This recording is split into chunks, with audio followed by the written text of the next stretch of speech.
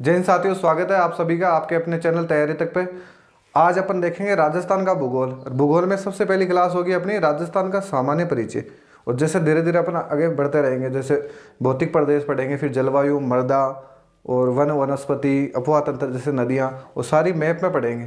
तो आप पहली क्लास है और उसके बाद में आप रेगुलर देखना और साथ में नोट्स भी बनाते रहना। जैसे ये टॉपिक पूरा हुआ उसके बाद में एक क्लास रहेगी ऑब्जेक्टिव, जो पीछे जैसे एग्जाम में पूछे गए क्वेश्चन है उनकी, तो आपकी प्रैक्टिस भी हो जाएगी और साथ में नोट्स जरूर बनाना। तो पहला चैप्टर है अपना सामान्य परिचय, राजस्थान का सामान्य परिचय।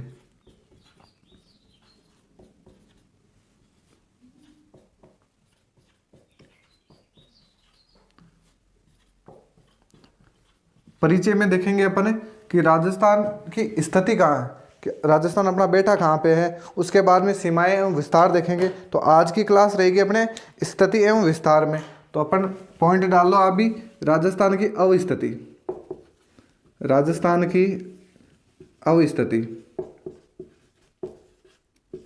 अवस्थिति में देखेंगे अपन कि अपनो राजस्थान विश्व में खड़ा बैठे है और महाद्वीप में खड़ा है, ग्लोब पर खड़ा है, मानचित्र पर खड़ा है।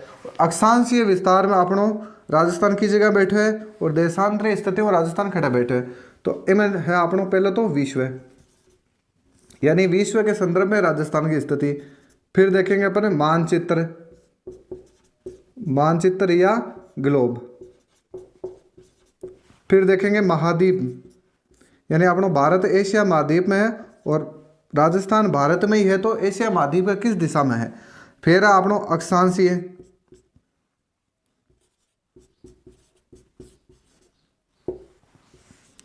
और देशांतरीय। तो ये 5 पॉइंट हो गए।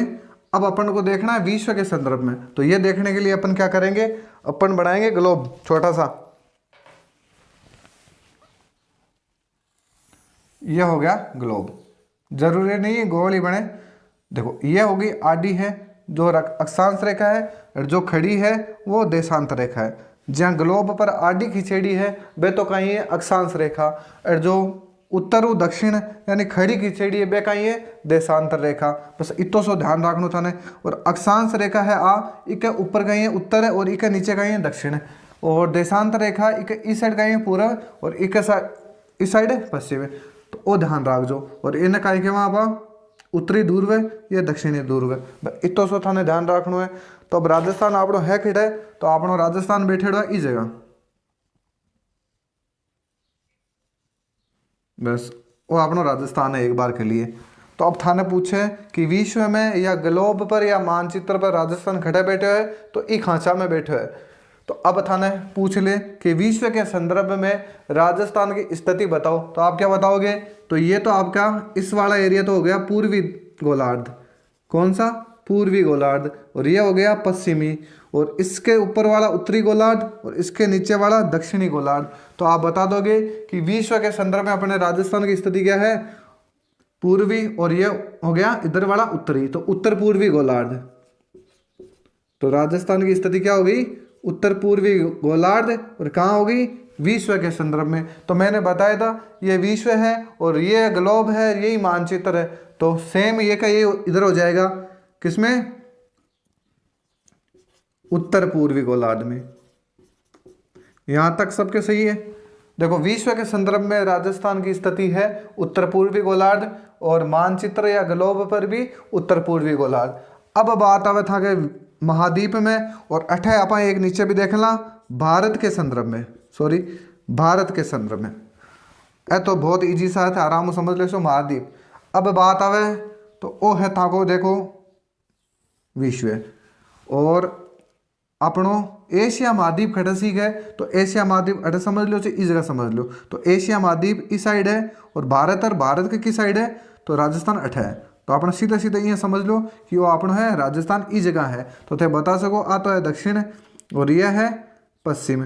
तो एशिया महाद्वीप के राजस्थान किस ओर है, तो वह है दक्षिण पश्चिम में। तो महाद्वीप में बता दोगे एशिया में, और एशिया महाद्वीप के किस ओर है, एशिया महाद्वीप के दक्षिण पश्चिम में है। तो ये भी बता दोगे आप आराम से, कोई दिक्कत नहीं है। अब बात आती है भारत की।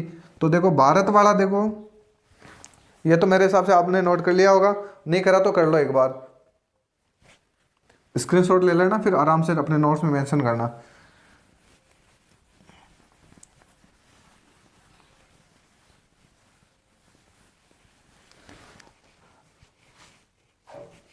अब ये है देखो भारत मान लो,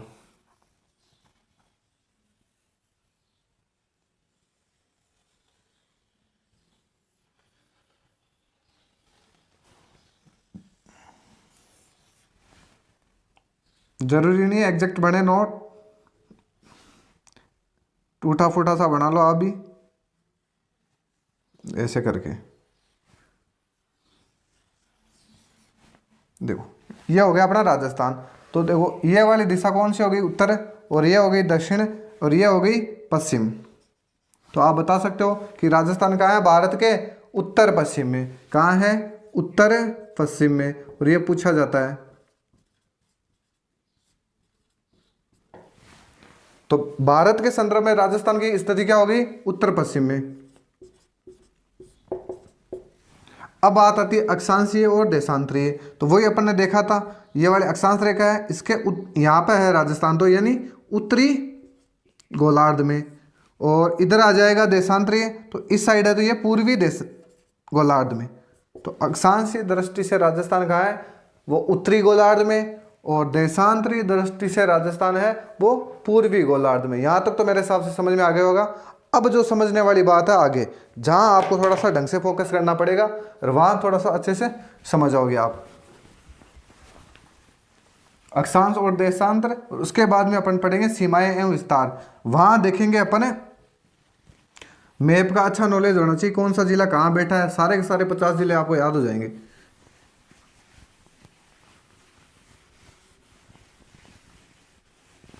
तो अब पॉइंट डालो आप अक्षांश।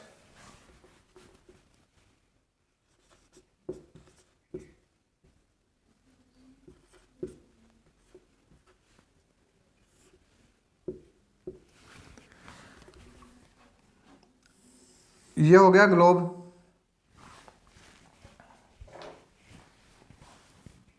और ये है ग्लोब के बीचों बीच, जिसे बोलते हैं अपन 0 डिग्री अक्षांश। 0 डिग्री अक्षांश, या इसे ही बोला जाता है भूमध्य रेखा, और इसे ही बोला जाता है विषुवतीय रेखा। इसे ही बोला जाता है विषुवतीय रेखा। 0 डिग्री अक्षांश रेखा, भूमध्य रेखा या विषुवतीय रेखा। इसके ऊपर एक 23.5 डिग्री उत्तरी अक्षांश रेखा जाती है, और इसके नीचे एक 23.5 डिग्री दक्षिणी अक्षांश रेखा जाती है। इसके ऊपर 66.5 डिग्री उत्तरी अक्षांश, और इसके नीचे 66 डिग्री दक्षिणी अक्षांश। तो जो 0 डिग्री अक्षांश रेखा है, इसके जस्ट ऊपर वाली जो रेखा है, इसे बोला जाता है 23.5 डिग्री उत्तरी अक्षांश, और इसे ही बोला जाता है कर्क रेखा।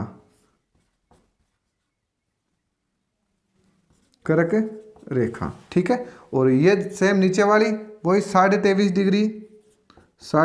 डिग्री दक्षिणी अक्षांश, और इसे बोला जाता है मकर रेखा।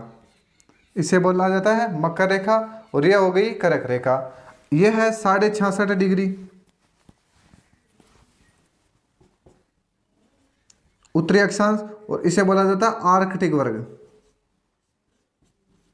आर्कटिक वृत्त, और इसे बोला जाता है 66.5 डिग्री दक्षिण में अंटार्कटिक वृत्त।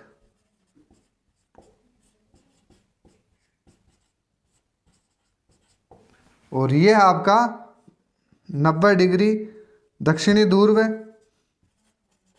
और ये है 90 डिग्री उत्तरी ध्रुव।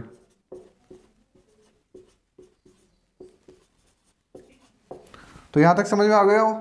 ये देखो, ये 0 डिग्री अक्षांश रेखा, भूमध्य रेखा या विषुवतीय रेखा, इसके जो ऊपर वाली लाइन है वो 23.5 डिग्री उत्तरी अक्षांश या कर्क रेखा, जठा अपना राजस्थान है।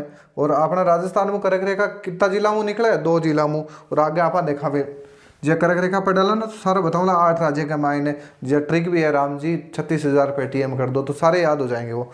तो ये वाला हो गया। तो ये आपको ध्यान रखना है, ये डायग्राम भी आप स्क्रीनशॉट ले लो, आप अपने नोट्स में जरूर बनाना, जिससे आपको समझ में आ जाएगी कर्क रेखा कहाँ से गुजरती है और ये रेखा कहाँ से गुजरती है। अब आपको इसमें अक्षांश में लिखना है कि अक्षांश है क्या। तो अक्षांश आपने ग्लोब पर देखो, वो आपनो ग्लोब है, देखो मैं यहाँ लिख देता हूँ ग्लोब, ये भी आप ध्यान रखना, ये ग्लोब है। अब मैंने ये बताओ थाने पूछ लिया अक्षांश रेखा खटक क्या गुजरे, तो थे बतावला कि ग्लोब पर काल्पनिक रेखाएं हैं और ये कहाँ से कहाँ किधर से गुजरती है, पूर्व से पश्चिम की ओर। ये भी ध्यान रखना इनकी लोकेशन क्या है, ये डायरेक्शन क्या है, ये ऐसे पूर्व से पश्चिम की ओर खींची हुई काल्पनिक रेखाएं, ग्लोब पर पूर्व से पश्चिम की ओर खींची गई काल्पनिक रेखाएं, इन्हें क्या बोला जाता है, अक्षांश रेखा। आडी रेखा है ये, ना कि खड़ी, तो एक तो काम होगा आडी रेखा।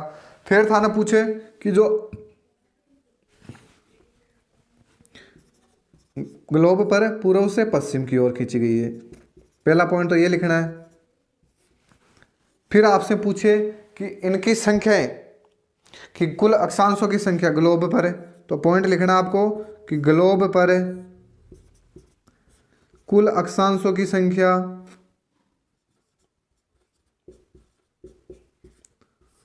कुल अक्षांशों की संख्या, और यह पूछे आपसे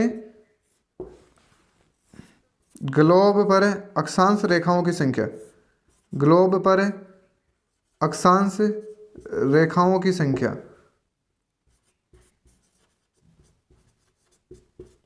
ग्लोब पर अक्षांश रेखाओं की संख्या, देखो कुल अक्षांशों की संख्या पूछे तो वो है 181 यानी 181, और अक्षांश रेखाओं की संख्या पूछे तो देखो ए दो कट जाओली, एक तो ओ और एक अठ है, तो अपन गिननी किया एक दो और ए गिननी है, तो कितनी होगी 179 यानी 179। लिख लो आप भी कि देखो ग्लोब पर पूर्व से पश्चिम की ओर खींची गई है, ये एक आडी रेखाएं काल्पनिक रेखाएं होती है।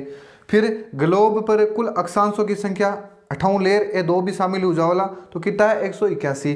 फिर थाने पूछे कि ग्लोब पर अक्षांश रेखाओं की संख्या कितनी है, तो वह है 179, ये तक आपको लिखना है। फिर बात आती है कि जो एक अक्षांश रेखा आ होगी एक आ, अब इन दोनों के बीच में दूरी कितनी है, ये अक्षांश रेखा और इसके बीच में जो आ दूरी है आ कितनी है, तो एक डिस्टेंस है वो है 111.4 किलोमीटर। दो अक्षांश रेखाओं के मध्य दूरी कितनी है, 111.4 किलोमीटर, ठीक है। फिर थाने यह पूछे कि वो जो आ लाइन है, आ लाइन यानी दो अक्षांश रेखाओं के मध्य का जो भाग है इसे किस नाम से जाना जाता है, तो इसे कटिबंध कहा जाता है।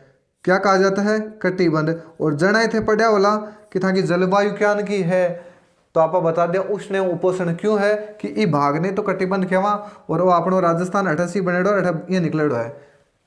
जने तो अपना राजस्थान की जलवायु उष्ण एवं उपोषण है, रबाबी समझो वाला क्यों है, आगे समझला आपा, तो उससे समझ में आगे बोली इन्हें दो अक्षांश रेखा के बीच का जो भाग है इन्हें कटिबंध कहवा, और आ दोनों के बीच में दूरी कितनी है 111.4 किलोमीटर। अतः तक हमारे साथ समझ में आ गए बोलो। अब ये अक्षांश रेखा है, इको काम का ही है, तो आ कहीं करे किसी स्थान की स्थिति और जलवायु का निर्धारण करती है। तो अक्षांश रेखा का अक्षांश का काम क्या है, तो किसी स्थान की स्थिति व जलवायु का निर्धारण, जलवायु का निर्धारण। अब आपसे पूछ ले कि बताओ रे जलवायु का निर्धारण कौन करता है, अब सीधा अपने राजस्थान के सामू पूछ ले कि राजस्थान की जलवायु कौन निर्धारण करे, तो राजस्थान की, भारत की, विश्व की, सबकी जलवायु को निर्धारण एक ही करे, वो है अक्षांश, ठीक है। अक्षांश रेखा किसी स्थान की स्थिति व जलवायु का निर्धारण करती है, तो ये आप लिख लो। अब ये वाला लिख लिया, आराम से स्क्रीनशॉट ले लो। फिर अपन देखेंगे कि जब सूर्य कर्क रेखा पर सीधा चमकता हो, जब सूर्य मकर रेखा पर सीधा चमके तो क्या स्थिति होगी। अब जब सूर्य उत्तरी ध्रुव से भूमध्य रेखा पर सीधा चमकेगा तो स्थिति क्या होगी, जब सूर्य दक्षिणी ध्रुव से भूमध्य रेखा पर चमकेगा तो क्या स्थिति होगी, तो ये अपन देखेंगे आगे। जब तक आप स्क्रीनशॉट ले लो और साथ में अपने नोट्स जरूर बनाते रहना। कर्क रेखा पर सीधा चमकेगा, तो मेरे हिसाब से आपने उतार लिया होगा।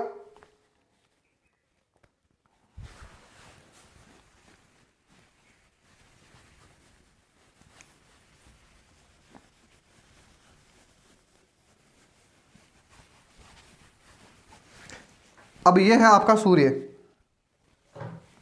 कर्क रेखा कौन सी है, ये वाली कर्क रेखा है। अब ये सूर्य यहाँ पे है और ये इधर कहाँ चमक रहा है, कर्क रेखा पर चमक रहा है सीधा। तो पहली बात तो अपने राजस्थान में क्या होगी, अपन राजस्थान के संदर्भ में पढ़ रहे हैं तो राजस्थान का देखेंगे तो क्या होगी, कर्क संक्रांति होगी। जब सूर्य कर्क रेखा पर, पॉइंट डाल लेना है, जब सूर्य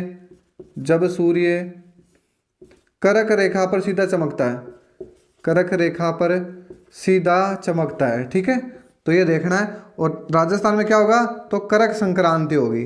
राजस्थान में क्या होगी, कर्क संक्रांति होगी।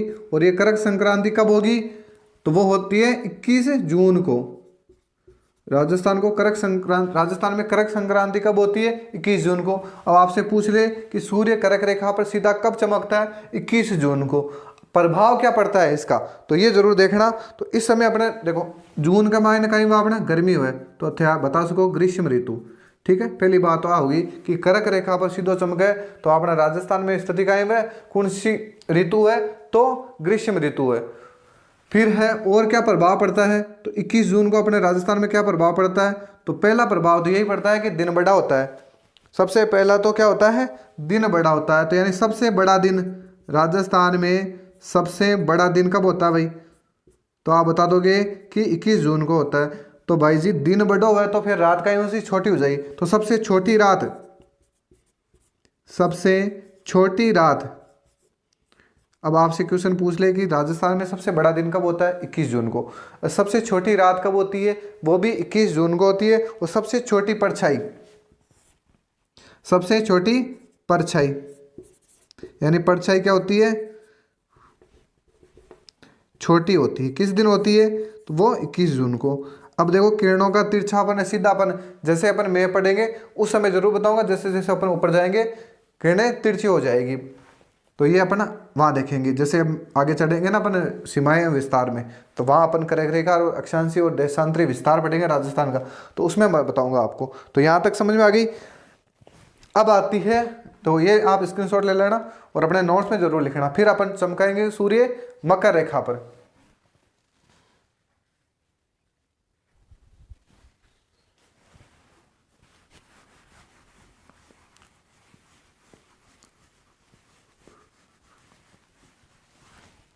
अब ये है मकर रेखा, तो यहाँ सूर्य कहाँ है, यहाँ चमका रहे हैं अपन, ये सूर्य है मकर रेखा पर सूर्य सीधा चमकता है तो क्या होता है, तो पॉइंट डाल देना आप, मकर रेखा पर सूर्य सीधा चमकता है, ठीक है। और क्या होता है उस दिन, मकर संक्रांति। ये मकर संक्रांति नहीं जो आप पतंग उड़ाते हो वो वाली नहीं है, ये खगोलीय घटना वाला है वो सीन, तो वो आपको नहीं देखना है। इसका ध्यान रखना, जब सूर्य मकर रेखा पर सीधा चमकता तो उससे बोला जाता है मकर संक्रांति। और ये होती कब है, 22 दिसंबर को होती है भाई, 22 दिसंबर को, ठीक है। मकर रेखा पर सूर्य सीधा कब चमकता है, तो 22 दिसंबर को चमकता है। क्या होता है, जब सूर्य कर्क रेखा पर चमकता है तो दिन बड़ा होता है और रात छोटी होती है, तो यहाँ उल्टा हो जाएगा, दिन छोटा हो जाएगा, यानी सबसे छोटा दिन। अब आपसे क्वेश्चन पूछ ले कि राजस्थान में सबसे छोटा दिन कब होता है, तो आप बता दोगे कि 22 दिसंबर को। अगर दिन छोटा है तो रात क्या हो जाएगी, रात बड़ी हो जाएगी।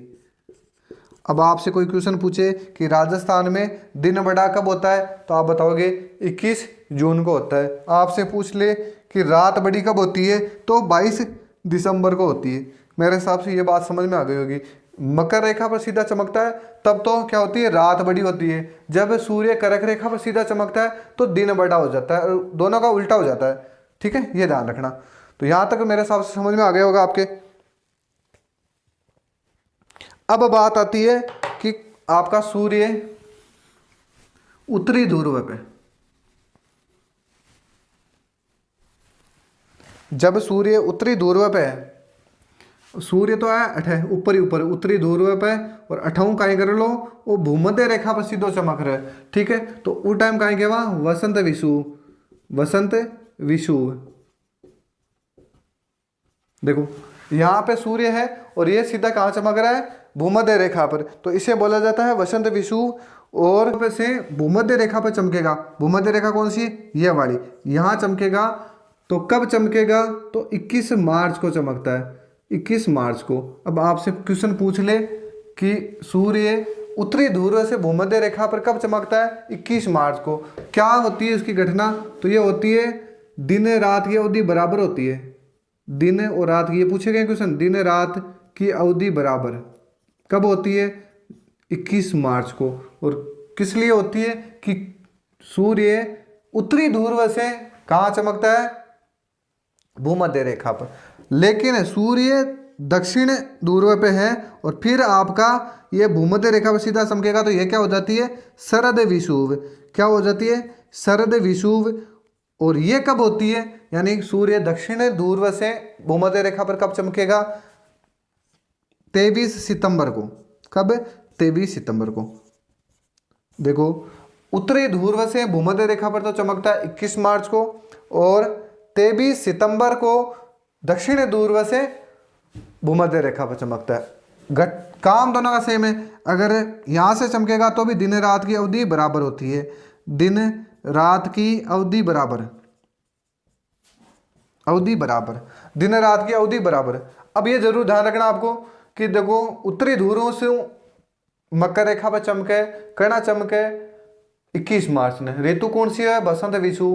काम का ही है दिन रात अवधि बराबर बन जाए। और दक्षिण ध्रुव से भूमध्य रेखा पर चमके शरद विषु है, कणा चमके 23 सितंबर ने, दिन रात की अवधि बराबर। थाने क्वेश्चन पूछ ले कि राजस्थान में दिन व रात की अवधि बराबर कब होती है? जना थाने बताना है 21 मार्च और 23 सितंबर ना हुआ है, ठीक है। लेकिन थाने यह पूछ ले कि उत्तरी ध्रुव पर सूर्य चमके, जना फिर 21 ही बताना है। और दक्षिणी ध्रुव पर पूछे तो थाने 23 सितंबर बताना है। राजस्थान में थाने पूछ ले कि दिन बड़ो कणा हुआ है, तो थे बतावला 21 जून न हुआ है। थाने यह पूछ ले कि राजस्थान में रात बड़ी कणा हुआ है, तो 22 दिसंबर न हुआ है। तो 8 तक हमारे साहब थाने समझ में आ गो लो। फिर आप पढ़ लें एक बार जलवायु, अपन जलवायु का निर्धारण। तो पॉइंट डालना है आपको, जलवायु का निर्धारण।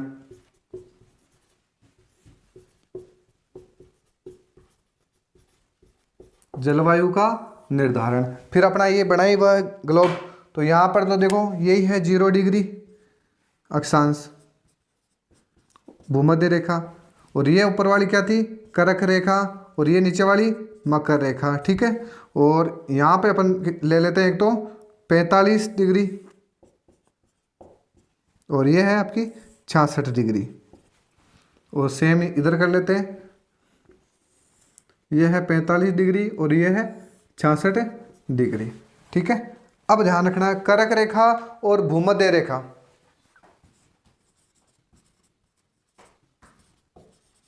ठीक है। यह होगी कर्क रेखा और यह है भूमध्य रेखा। इन दोनों के बीच में क्या है? उष्ण, यह होगी उपोष्ण व शीतोष्ण। सेम इधर ही उष्ण, उपोष्ण व शीतोष्ण। और शीतोष्ण कटिबंध भी बोल सका, क्योंकि आ दोनों के बीच का भाग ने कहीं के वहां कटिबंध। तो ये होगी उष्ण, और इधर भी उष्ण, उपोष्ण और शीतोष्ण। तो समझ में आ गया होगा। और अपना राजस्थान देखो यहाँ पे है, अपना राजस्थान डूंगरपुर बांसवाड़ा वो निकले तो छोटा सा हिस्सा निकले बाकी। तो जने तो अपना राजस्थान की जलवायु कौन सी है? देखो उष्ण और उपोष्ण। अब थाने पूछे कि अधिकांश राजस्थान की जलवायु कौन सी है? उपोष्ण। और दक्षिणी राजस्थान की उष्ण। तो यहाँ तक मेरे हिसाब से समझ में आ गया होगा कि उष्ण और उपोष्ण कैसे होती है। तो एक ये डायग्राम भी बना लेना, फिर जलवायु अपन पढ़ेंगे ना तो और देख लेंगे बाकी चीजें। अब एक बार छोटा सा पॉइंट देख लेते हैं अपन देशांतर का।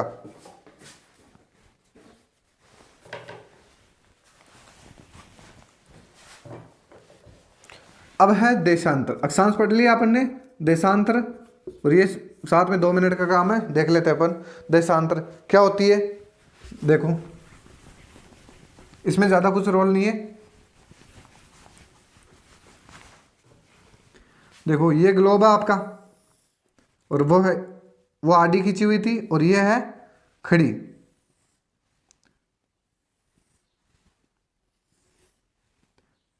ऐसा बनानी है अपन को, और जितने बना सको उतने बना लेना, ज़्यादा कोई ज़रूरी नहीं है कि आप बहुत ज़्यादा बनाएं। वही है उत्तर में और ये दक्षिणी, तो आप आराम से समझ गए। पॉइंट डालो देशांतर। और देशांतर में आपको देखना है कि ग्लोब पर कैसे खींची हुई है, उत्तर से दक्षिण की। तो आपको लिखना है ग्लोब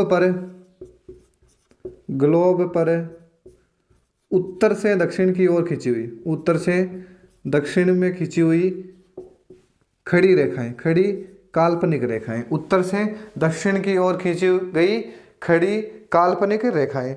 अब बात करते हैं कि ये क्या काम है इसका। तो इनका काम है समय का निर्धारण करना। किसका? समय का। देखो जलवायु का निर्धारण कौन करता है? तो वो अक्षांश रेखा करती है। और समय का निर्धारण कौन करता है? वो देशांतर रेखा करती है। एक चीज़ तो ये ध्यान रखना। फिर आपसे पूछे कि जो दो देशांतर है इनका जो मध्य का भाग है ये वाला, इसे किस नाम से जाना जाता है? तो इसे गोरे कहा जाता है। क्या कहा जाता है? गोरे। देखो दो अक्षांश रेखाओं के मध्य का भाग है उसे तो कहा जाता है कटिबंध, और दो देशांतर रेखाओं के मध्य का भाग है उसे गोरे कहा जाता है। बस एक चीज तो ये ध्यान रखना। और ग्लोब पर देशांतर रेखाओं की संख्या कितनी है? ग्लोब पर कुल देशांतर, देखो ये गिनोगे ना आप तो इनकी संख्या कितनी है? तो संख्या है 360। ग्लोब पर देशांतर रेखाओं की संख्या कितनी है? 360। यह ध्यान रखना। अब दो देशांतर रेखाओं के मध्य दूरी, दो देशांतर रेखाओं के मध्य दूरी कितनी है? तो 111.32 किलोमीटर। देखो दो अक्षांश रेखाओं के मध्य दूरी कितनी थी? 111.4 किलोमीटर। और दो देशांतर रेखाओं के मध्य दूरी कितनी है? 111.32 किलोमीटर। दो अक्षांश रेखाओं के मध्य के भाग को अपन कटिबंध कहते थे, और यहाँ देशांतर रेखाओं के बीच के भाग को गोरे कहते हैं। संख्या कितनी है? 360। और बटा रेखाओं की संख्या कितनी थी? 179। और अक्षांशों की संख्या 181 थी। बस ये ध्यान रखना। ये क्या करता है? ये समय का निर्धारण करती है, और वो करती है जलवायु और स्थान का निर्धारण। तो मेरे हिसाब से ये समझ में आ गया होगा। और समय को, भारत के समय को 24 जोनों में बांटा गया है। तो आप ये पॉइंट भी लिख लेना कि भारत के समय जोन को 24 भागों में बांटा है।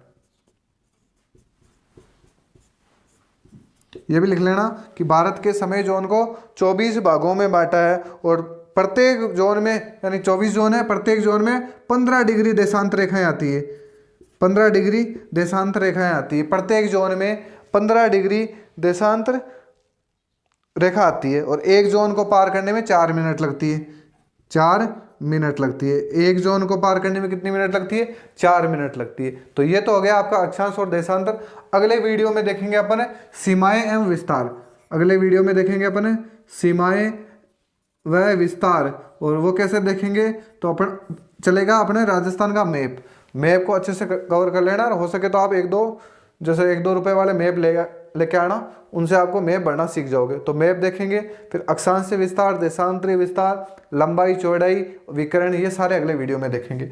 तो वीडियो अच्छा लगे तो लाइक जरूर करना। मिलते हैं अगले वीडियो में।